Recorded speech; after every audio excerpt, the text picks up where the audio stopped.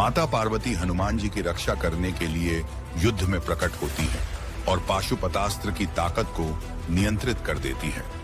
माता पार्वती के शक्ति रूप में प्रकट होने के कारण युद्ध भूमि में मूर्छित सभी योद्धा ठीक हो जाते हैं, लेकिन पुष्कर और शत्रुघ्न नहीं।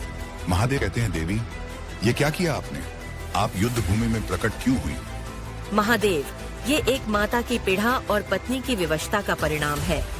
ये शक्ति एक ज्वालामुखी का परिणाम ले लेगी, जो ज्वालामुखी अपने अस्तित्व से इस संसार को सदैव दर्शाता रहेगा और सदैव स्मरण कराता रहेगा कि जब एक नारी के अपने ही एक दूसरे से युद्ध होते हैं तो उसे कैसे असहनीय वेदना का सामना करना पड़ता है। महादेव कहते हैं, देवी आपकी चिंता, आपकी पीड़ा समझता हूँ मैं, किंतु यह इस धर्म भूमि में पिता पुत्र नहीं अपितु वचन एवं धर्म में संघर्ष है। ये समझने की चेष्टा कीजिए। अगर आपको हनुमान पर विश्वास है तो आप उसकी सहायता करें। समस्त संसार में उसे दुर्बल प्रमाणित मत कीजिए। माता पार्वती हनुमान जी को एक तलवार देती है और युद्ध भूमि से चली जाती है। महादेव चंद्रहास्त्र का आह्वान करते हैं, युद्ध आरंभ होता है और धरती के बाहर युद्ध लड़ने लगते हैं। युद्ध लड़ते लड़ते हनुमान जी और महादेव की तलवार टूट जाती है और महादेव की तलवार का हिस्सा मंगल ग्रह पर जाने लगता है और हनुमान जी की तलवार का हिस्सा धरती पर जाने लगता है। हनुमान जी पहले मंगल ग्रह को बचाने जाते हैं। मंगल ग्रह को बचाने के बाद धरती को बचाते हैं। हनुमान जी और महादेव धरती पर आ जाते हैं। महादेव गदा का आह्वान करते हैं और हनुमान जी को कहते हैं, हनुमान गदा युद्ध तो तुम्हें सबसे प्रिय है, कम से कम मुझे गदा युद्ध में तो हराओ। हनुमान जी गदा का आह्वान करते हैं।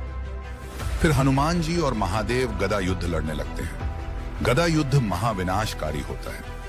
गदा युद्ध लड़ते लड़ते हनुमान जी का गदा टूट जाता है और कई दूर जा गिरता है। तुमने पुनः एकाग्रता खो दिया हनुमान, इसलिए अपना गदा खो बैठे हो। हनुमान जी कहते हैं, गुरुदेव की संगति हो या विसंगति, परिणाम तो कल्याणकारी ही होता है। अच्छा हुआ, अन्यथा गदाओं की डंकार सभी को विचलित कर रही थी। सैनिक भी पीड़ित हो रहे थे। धर्म युद्ध में ऐसे बलिदान देने पड़ते हैं हनुमान। ऐसी ही पीड़ा एक साधारण सैनिक को योद्धा बनाती है। तुम्हारे भीतर जो योद्धा है उसे जागृत करो हनुमान और समाप्त कर दो इस युद्ध को, अन्यथा मैं इस युद्ध को समाप्त कर दूंगा। अब भी शेष शक्ति बची है तो मुझसे युद्ध लड़ो हनुमान। आओ मुझसे मल युद्ध करो हनुमान। हनुमान जी श्री राम का नाम लेते हुए मल युद्ध आरंभ करते हैं। हनुमान जी महादेव को छू भी नहीं पाते हैं और महादेव के वार से हनुमान जी बहुत दूर जा गिरते हैं। हनुमान जी फिर युद्ध लड़ते हैं और महादेव का पैर पकड़कर आशीर्वाद लेते हैं और महादेव को गिराने की कोशिश करते हैं, लेकिन महादेव फिर धक्का दे देते हैं। हनुमान जी बहुत दूर जा गिरते हैं। हनुमान जी खड़े होते हैं और महादेव से लड़ते हैं। तभी हनुमान जी महादेव के सीने पर एक मुक्का मार देते हैं। हनुमान जी डरने लगते हैं कि कहीं महादेव क्रोधित तो नहीं हो गए, लेकिन महादेव प्रसन्न हो जाते हैं और कहते हैं, अद्भुत हनुमान, क्या प्रहार है। तुम्हारे इसी बल को तो मैं बार बार बाहर लाने के लिए तुम्हें कह रहा था। प्रथम बार मेरे जैसे किसी योद्धा से सामना करने का आभास हुआ हनुमान। मांगो, क्या वरदान चाहिए हनुमान। हनुमान जी महादेव से पुष्कर और शत्रुघ्न को जीवित करने का वरदान मांगते हैं। महादेव कहते हैं, इसका समाधान तो तुम्हारे पास ही है। हनुमान जी सोचने लगते हैं। तब महादेव कहते हैं, संजीवनी बूटी से जीवित हो जाएंगे हनुमान। हनुमान जी महादेव का आशीर्वाद लेके संजीवनी बूटी लेने चले जाते हैं।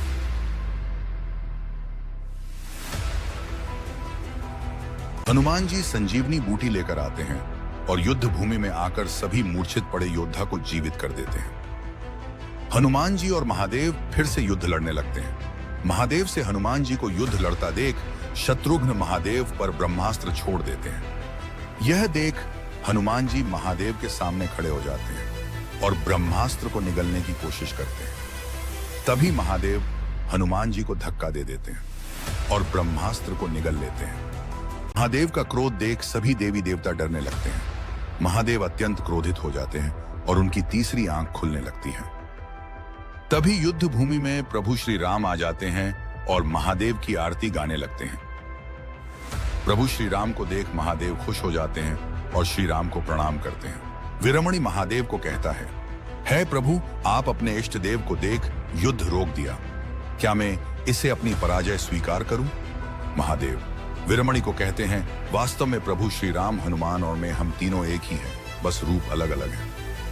वीरमणि को प्रभु श्री राम में महादेव दिखते हैं, तो कभी हनुमान फिर महादेव में श्री राम दिखते हैं, तो कभी हनुमान में महादेव कहते हैं मैं तो वचन के कारण युद्ध लड़ रहा था, वरना इस युद्ध का तो कोई कारण ही नहीं है। वीरमणि महादेव हनुमान और श्री राम से क्षमा मांगता है और कहता है, मैं आज से श्री राम जी की भी उसी तरह पूजा करूंगा जिस तरह आपकी पूजा करता हूं, और युद्ध समाप्त हो जाता है।